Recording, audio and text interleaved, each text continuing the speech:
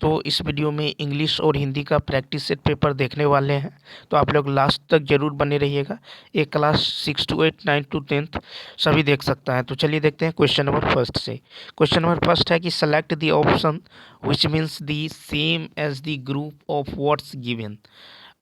To have a strong feeling of sympathy with a desire to help. तो देखिए इसका जो राइट आंसर होगा ये होगा बी, यानी कंपैशन। इसका मतलब होता है, क्या होता है, इसका मतलब होता है दया भाव। क्या होता है? दया भाव। ठीक है, क्या होता है? दया भाव। और देखिए ग्रेटिट्यूड, ग्रेटिट्यूड का मतलब होता है कृतज्ञता। ठीक है, क्या होता है? कृतज्ञता। अब चलिए नेक्स्ट क्वेश्चन है कि there are total dot dot dot planet in the solar system. तो देखिए इसका जो राइट आंसर होगा ये होगा 8। ठीक है, यानी there are total 8 planet in the solar system. ठीक है, कितने प्लानिट हैं? तो 8 है। तो इसका ए ऑप्शन क्या होगा? राइट होगा। अब चलिए क्वेश्चन नंबर देखते हैं, क्वेश्चन नंबर 3। ठीक है, क्वेश्चन नंबर 3। अब देखिए क्वेश्चन नंबर 3 है कि सेलेक्ट दी इनकरेक्टली स्प्लिट वर्ड। तो देखिए इसका जो राइट आंसर होगा ये होगा बी ऑप्शन, यानी डेंटिस्ट। क्या होगा? डेंटिस्ट होगा। ठीक है, तो डेंटिस्ट जो है इसका सही स्पेलिंग क्या होगा? तो होगा DENTIST। ठीक है, क्या होगा? DENTIST। इसका मतलब होता है दांत का डॉक्टर। ठीक है, डेंटिस्ट का मतलब होता है दांत का डॉक्टर। तो देखिए इन ये जो डेंटिस्ट था, ये जो था DENTIS, ये गलती था। ठीक है, इसे जो है क्या लिखाएगा? सही लिखाएगा, DENTIST। ठीक है, तो इसका बी ऑप्शन क्या होगा? राइट होगा। अब चलिए क्वेश्चन नंबर देखते हैं 4। क्वेश्चन नंबर 4 है कि choose one of the 4 alternatives that can substitute the given sentence। कहता है कि ए बुक और पेपर रिटेन इन हैंड। ठीक है, अ बुक और पेपर रिटेन इन हैंड, इसका जो राइट आंसर होगा ये होगा सी होगा। ठीक है, मेनू स्क्रिप्ट। ठीक है, क्या होगा? C option. मतलब क्या होता है? मेनू स्क्रिप्ट का मतलब होता है हस्तलिखित। क्या होता है? हाथ से लिखा हुआ, हस्तलिखित। ठीक है, क्या होता है? हस्तलिखित होता है। ठीक है, अब चलिए क्वेश्चन नंबर देखते हैं 5। देखिए क्वेश्चन नंबर 5 है कि choose this synonym of the given word. ठीक है, अप्रेंट, APPARENT, अप्रेंट। तो अप्रेंट का मतलब क्या होता है? अप्रेंट का मतलब जो होता है अस्पष्ट होता है। क्या होता है? अस्पष्ट। ठीक है, क्या होता है? अप्रेंट का मतलब अस्पष्ट होता है। तो इसका जो राइट आंसर होगा ये होगा, यानी ओबियस। ठीक है, ओबियस। इसका मतलब क्या होता है? इसका मतलब ये होता है अस्पष्ट। क्या होता है? अस्पष्ट। तो इसका साइनोनिम खोजना था, तो इसका बी ऑप्शन क्या होगा? राइट होगा। ठीक है, एप्रेंट का मतलब होता है अस्पष्ट, तो ओबियस का मतलब ही क्या होता है? अस्पष्ट होता है। क्वेश्चन नंबर 6 है कि विच among the following is note a fruit. ठीक है, विच among the following is note a fruit. तो देखिए इसका जो राइट आंसर होगा ये होगा सी ऑप्शन, यानी ब्रोकोली। ठीक है, क्या होगा? ब्रोकोली। तो देखिए broccoli is not a fruit, ये जो है फ्रूट नहीं है। ठीक है, फ्रूट नहीं है, फल नहीं है। तो इसका जो है सी ऑप्शन 6 का क्या होगा? राइट होगा। क्वेश्चन नंबर देखेंगे 7। देखिए क्वेश्चन नंबर 7 है, क्वेश्चन नंबर 7 है कि if Monday is the first day of the week which is the third day. अब देखिए मंडे यदि सप्ताह का पहला दिन है तो कहता है कि जो इसका तीसरा दिन कौन सा होगा। ठीक है, तो 7 का जो राइट आंसर होगा ये होगा बी। क्या होगा? वेडनेसडे। क्या होगा? वेडनेसडे। तो देखिए if Monday is the first day of a week, the third day will be Wednesday. क्या होगा? वेडनेसडे। ठीक है, वेडनेसडे। तो इसका जो राइट आंसर होगा वो होगा वेडनेसडे या वेंसडे कहिए। चलिए क्वेश्चन नंबर देखते हैं 8। तो क्वेश्चन नंबर 8 जो है, क्वेश्चन नंबर 8 है कि select the word similar in meaning to the word given. अब देखिए डेडलाइन, DEADLINE, डेडलाइन। तो 8 का जो डेडलाइन का मतलब होता है सीमा रेखा। ठीक है, इसका सिमिलर शब्द क्या होगा? तो लिमिटेड होगा। ठीक है, क्या होगा? लिमिटेड, यानी ए ऑप्शन। ठीक है, तो डेडलाइन का मतलब होता है सीमा रेखा। डेडलाइन का मतलब सीमा रेखा। ठीक है, सीमा रेखा। और लिमिटेड का मतलब भी क्या होता है? तो इसका भी वही अर्थ होता है, सीमा रेखा। ठीक है, अब चलिए क्वेश्चन नंबर देखते हैं 9, और 9 से शुरू होता है हिंदी। तो चलिए यहाँ से देखेंगे हिंदी।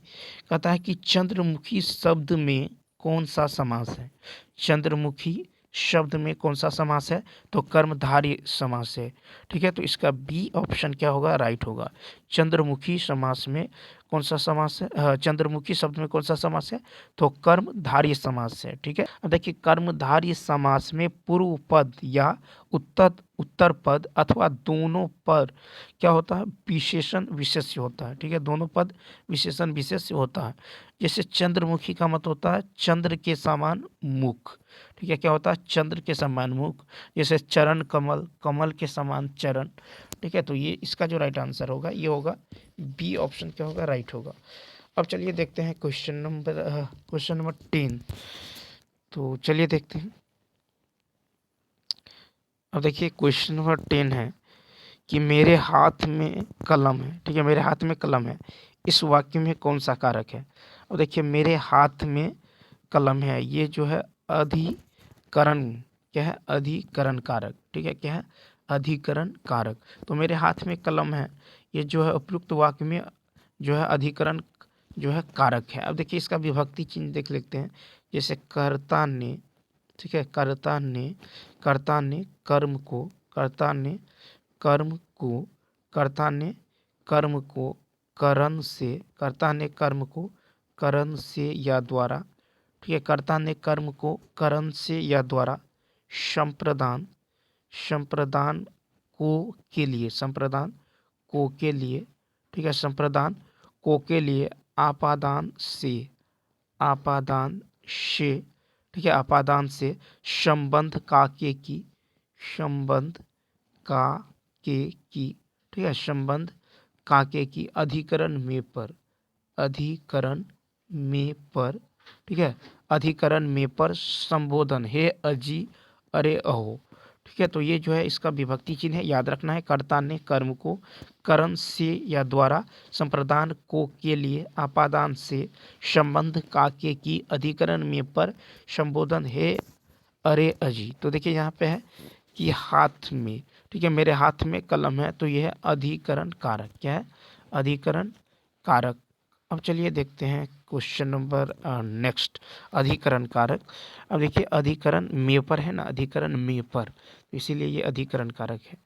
अब देखेंगे क्वेश्चन नंबर जो है 11। तो चलिए देखते हैं क्वेश्चन नंबर 11। अब देखिए क्वेश्चन नंबर 11 है कि ओष्ठ महाप्राण घोष व्यंजन वर्ण का उदाहरण कौन सा है। तो देखिए इसका जो राइट आंसर होगा ये होगा भा। क्या होगा, भा। तो ओष्ठ महाप्राण घोष व्यंजन वर्ण का उदाहरण है भा, भा। ठीक है, तो जिन व्यंजनों के उच्चारण में स्वर तंत्रियों में कंपन हो वह घोष व्यंजन कहलाता है। तो ठीक है, तो जिस के उच्चारण में क्या होगा, कंपन होगा, ठीक है, कंपन ज़्यादा होगा, वो क्या कहलाएगा, तो वही जो है घोष व्यंजन कहलाता है।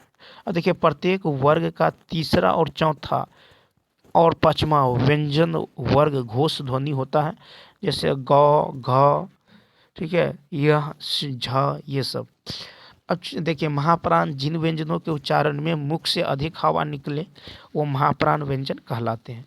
क्वेश्चन नंबर 12 देखेंगे कि अक्ल के घोड़े दौड़ना मुहावरे का अर्थ क्या है।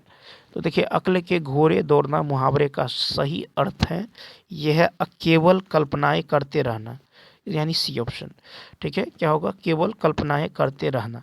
वहीं अक्ल के तोते उड़ना मुहावरे का अर्थ होता है होश ठिकाने न रहना। अक्ल चढ़ने जाना का मतलब होता है बुद्धि का न होना।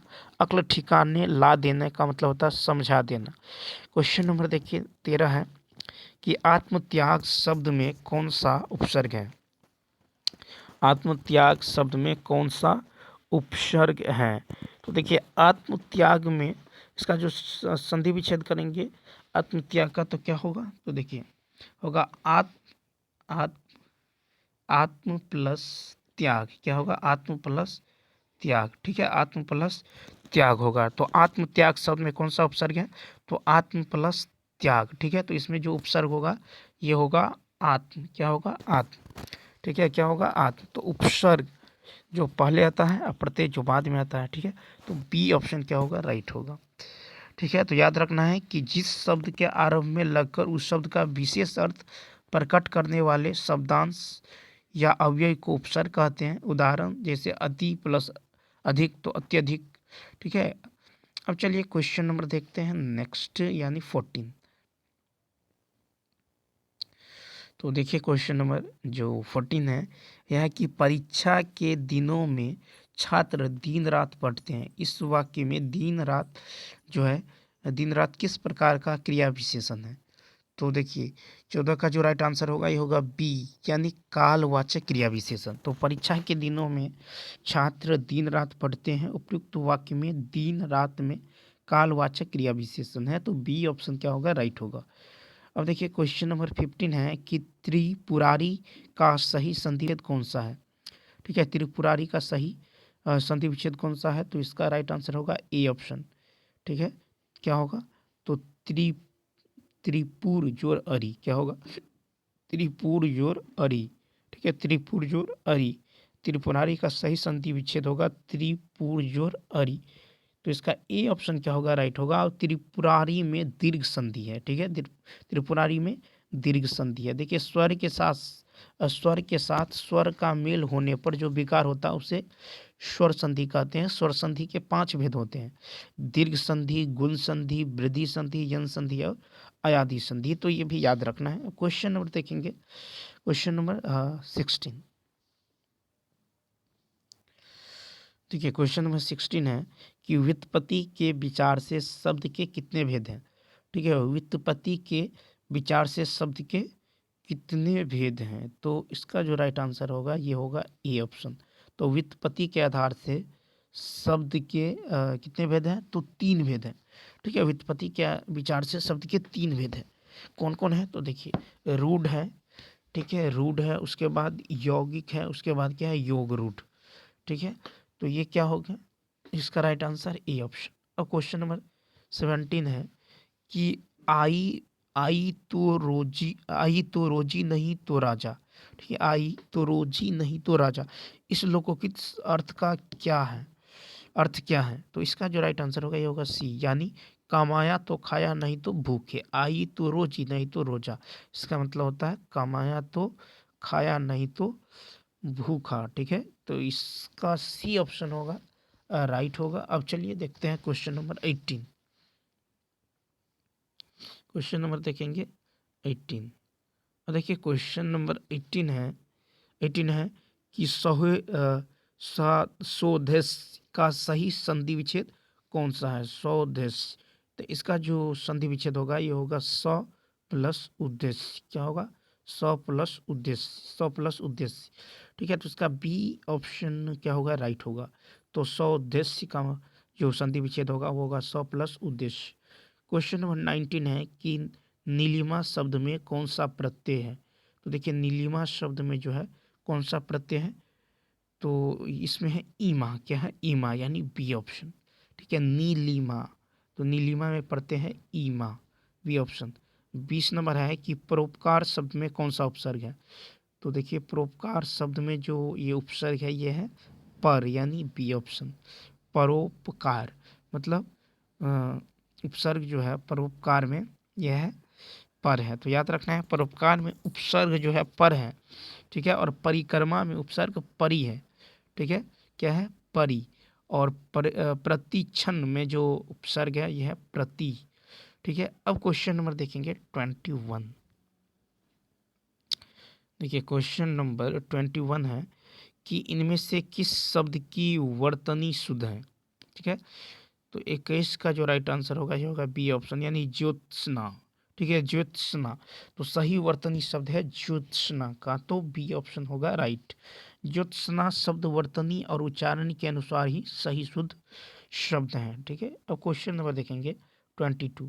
कहता है पीपर पात सरिस मन डोला, इनमें कौन सा अलंकार है। पीपर पात सरिस मन डोला, इनमें कौन सा अलंकार है, तो ये होगा उपमा अलंकार। ठीक है, क्या होगा, उपमा। पीपर पास सरिस मंडोला जो है ये उपमा अलंकार है। ठीक है, तो उपमा का अर्थ होता है एक वस्तु के समीप ठीक है, एक वस्तु के समीप किसी दूसरी वस्तु की को रखकर तुलना करना। क्वेश्चन में देखेंगे 23 कि इनमें से आगे आगे नाथ न पीछे पघा लोकोकित का क्या अर्थ है। तो देखिए 23 का जो राइट आंसर होगा ये होगा सी ऑप्शन, यानी किसी तरह की जिम्मेदारी का न होना। ठीक है, आगे नाथ न पीछे पघा लोकोकित का अर्थ होता है किसी तरह की जिम्मेदारी का न होना। ठीक है, न होना, तो इसका जो है सी ऑप्शन होगा राइट। अब चलिए देखेंगे 24। देखिए 24 है कि परीक्षा केंद्र में इनमें से कौन सा समास है, परीक्षा केंद्र में कौन सा समास है। तो देखिए अधिकरण में देखिए इसका जो राइट आंसर होगा ये होगा सी, यानी संप्रदान तत्पुरुष। ठीक है, तो परीक्षा केंद्र में कौन सा समास है, तो संप्रदान। कौन सा है, संप्रदान, परीक्षा केंद्र, तो ये संप्रदान है। तो याद रखना है कि संप्रदान तत्पुरुष तत्पुरुष समास, तो जिस समास में पूर्व पद गौण तथा उत्तर पद प्रधान हो उसे क्या कहते हैं, तत्पुरुष समास कहलाता है। ठीक है, और इसका जो देखिए 24 का जो राइट आंसर होगा ये होगा संप्रदान तत्पुरुष, सी ऑप्शन। ठीक है, अब चलिए देखते हैं नेक्स्ट क्वेश्चन। ठीक है, नेक्स्ट क्वेश्चन यानी 25। देखिए अंबर या अंबर अंबार युग्म का सही अर्थ है अंबर, इसका सही अर्थ है सी ऑप्शन, यानी आकाश एक फल विशेष।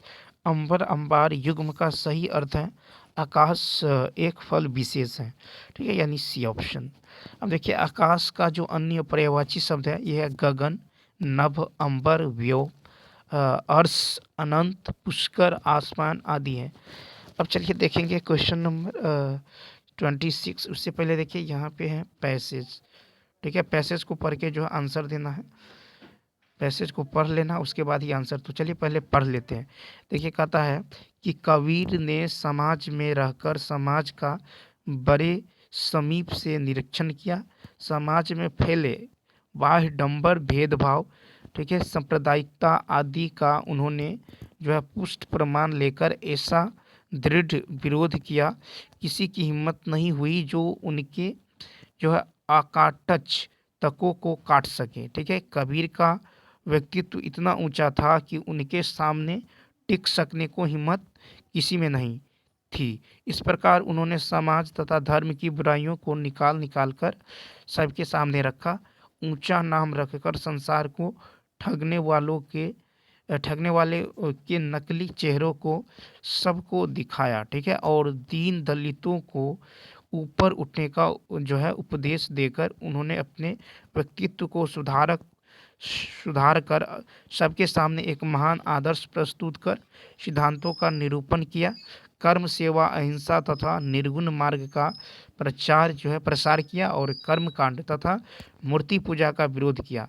अपनी सखियों, रेमिनियों तथा शब्दों को बोलचाल की भाषा में जो है रचकर सबके सामने एक विशाल ज्ञान मार्ग खोला। इस प्रकार कबीर ने समन्वयवादी दृष्टिकोण अपनाया और कथनी करनी की एकता पर बल दिया। वे जो है महान युग दृष्टा। उसके बाद देखिए आगे है कि समाज सुधारक तथा महान कवि थे। उन्होंने हिंदू मुस्लिम के बीच समन्वय की धारा प्रवाहित कर दोनों को ही शीतलता प्रदान की। अब देखिए यहाँ से क्वेश्चन है, देखिए क्वेश्चन है यहाँ से 26। अब देखिए 26 नंबर जो क्वेश्चन है ये है कि कबीर के सामने कोई टिक नहीं पाता था, क्योंकि कबीर जो इनका व्यक्तित्व क्या था, बहुत ऊंचा था। तो इसका सी ऑप्शन होगा। पैसेज में पढ़े थे कि कबीर के सामने कोई टिक नहीं पाता था क्योंकि उनका जो व्यक्तित्व था ये क्या था, सबसे ऊंचा था। ठीक है, अब क्वेश्चन नंबर 27 है कि कबीर ने विरोध किया। अब देखिए कबीर ने विरोध किया, ये विरोध क्या था, आचरणहीन ढोंगियों का। तो ए ऑप्शन। किसका विरोध किया था, आचरणहीन ढोंगियों का। तो ए ऑप्शन। Question number 28। देखिए क्वेश्चन नंबर 28 है कि संत कबीर ने प्रशस्त किया। तो संत कबीर ने जो प्रशस्त किया ये किया ज्ञान मार्ग।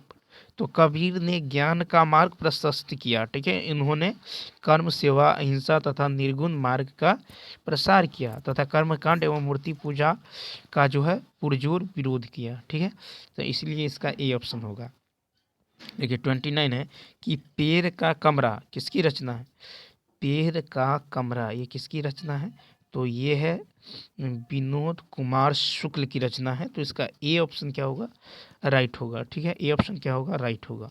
क्वेश्चन नंबर 30 है कि रिक्त स्थान को भरने के लिए उपयुक्त शब्द का चयन करें, ठीक है। तो खाली स्थान चयन से रहना चाहता हूँ, ठीक है, रहना चाहता हूँ। तो देखिए 30 का जो राइट आंसर होगा ये होगा यानी ए ऑप्शन, यानी मैं। तो मैं चैन से रहना चाहता हूँ, क्या होगा, तो यहाँ पे सही विशेषण जो होगा ये होगा मैं, क्या होगा, मैं। तो इसका ए ऑप्शन क्या होगा, राइट होगा। ए ऑप्शन क्या होगा, राइट होगा। तो चलिए दोस्तों इस वीडियो में इतना ही। यदि यह वीडियो अच्छा लगा हो तो लाइक, शेयर और सब्सक्राइब करना ना भूले। चलिए मिलते हैं नेक्स्ट वीडियो में। Thanks for watching.